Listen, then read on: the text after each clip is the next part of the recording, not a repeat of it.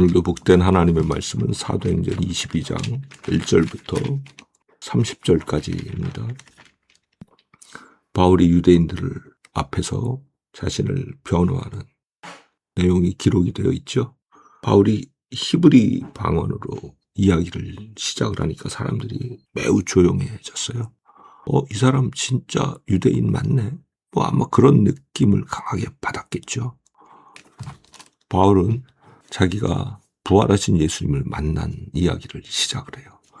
이 부활하신 예수님을 다메섹 가는 길에서 만났던 이야기는 사도행전 9장에 자세하게 기록이 되어 있는데요. 그것하고 약간 차이가 나긴 하죠. 그러나 동일한 이야기예요. 바울에게 부활하신 예수님이 나타나셔서 하셨던 말씀이 읽을수록 감동적이에요. 8절에 보면은 나는 나사렛 사람 예수다. 바로 내가 핍박하는. 생각을 해보세요. 이 땅에 베들레헴에서 태어나시고 나사렛에서 자라나신 바울과 동시대를 살았던 그 젊은 선지자, 목수였던 분, 그분이 지금 바울에게 이야기를 하시는 거예요. 십자가에 참혹하게 처형당하셨던 분, 그분이 지금 바울에게 이야기하시는 거라고요. 그런데 그분 하시는 이야기가 무엇이냐? 나는 내가 핍박하는 그 나사렛 사람 예수다. 바울은요, 예수님을 핍박한 적이 없어요. 적어도 기록에는 없어요. 예수님 믿는 사람들 핍박했지. 그런데 그것을 예수님은 나를 핍박했다. 이렇게 말씀하시는 거예요. 바로 나, 이 땅을 육신을 가지고 살았던 십자가에 못 박혀 죽은 나사렛 출신, 바로 그 나와 내가 핍박하는 나를 믿는 사람들은 하나로 연합되어 있다. 이 연합이란 단어를 쓰기가 너무 답답해요. 그 이상 한 몸이 되어 있다. 예수님 그런 말씀하시는 거예요. 그 예수께서는 오늘도 우리와 한 몸으로 우리를 붙드시며 우리와 함께 하시며 이 땅에서 우리가 힘들어하는 모든 상황에 동행하시는 분이시죠. 마지막 순간까지 우리가 예수님을 얼굴을 마주 대하여 볼 때까지 우리를 절대로 놓지 아니하시는 그 예수, 그 부활하신 예수를 바울이 만났던 이야기를 하고 있어요. 사람들이 귀를 쫑긋 세우고 듣죠. 왜?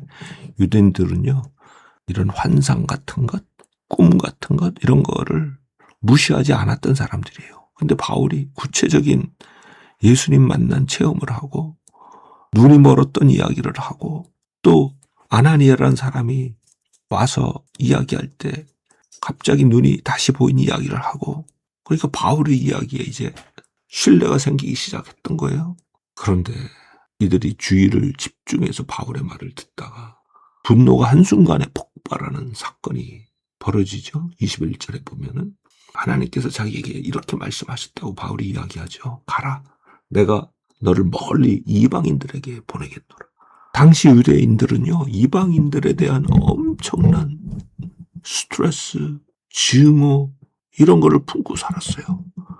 우상숭배 국가인 로마의 지배 아래서 신음하면서. 생각을 해보세요. 지금 바울이 맞아 죽을 뻔한 상황에서 바울을 건져준 것이 로마 군인들이었거든요. 근데 거기가 어디냐? 여인들의 뜰이었어요. 성전에서 이제 바로 문 밖에 나오면 여인들이 들어갈 수 있는 뜰이 있거든요. 거기까지 로마 군인들이 그냥 들어와서 바울을 건져낸 거예요. 이 상황만 봐도 유대인들이 마음이 얼마나 상했을까 알 수가 있어요.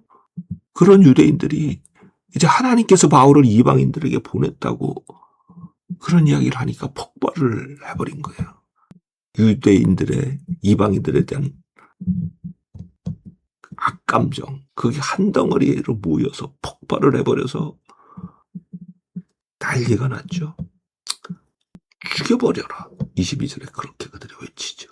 그러면서 온갖 소란을 일으키죠. 하나님의 뜻과 상관없는 분노는 하나님의 뜻에 정면으로 도전을 하면서 하나님의 뜻에 순종하는 사람을 이렇게 죽이려고 달려드는 에너지가 되는 거죠. 우리가 이 세상 살면서 분노하기도 하고 고통스러워하기도 하고 감정의 수많은 에너지들이 우리 속에 교차하지만 하나님의 뜻에 맞는가 늘 살펴봐야겠다. 이런 생각을 하지 않을 수가 없어요. 이제 천부장이 바울을 신문하려 할 때 바울이 로마 사람인 것을 알고 두려워하죠. 과거에 관리들 중에 로마 시민을 법에 따르지 않고 죽여버린 사람들, 고위직 관리들이 처벌을 받은 경우들이 종종 있었거든요. 그러니까 천부장도 두려워하면서 바울을 채찍질하려던 것을 멈췄죠.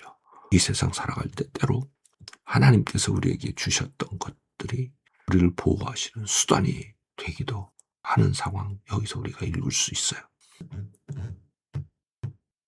22장을 읽으면서 이 바울의 가슴 속에 펄펄 끓던 예수 그리스도의 복음, 이 복음이 우리에게 오는데 이렇게 엄청난 장애물을 뚫고 왔구나, 그런 생각을 하지 않을 수 없네요. 우리도 우리를 향한 하나님의 부르심, 생명의 말씀을 전파하라는 그 소명의 부르심을 믿음으로 이루어내는 그런 복된 하루가 되면 좋겠습니다. 아멘.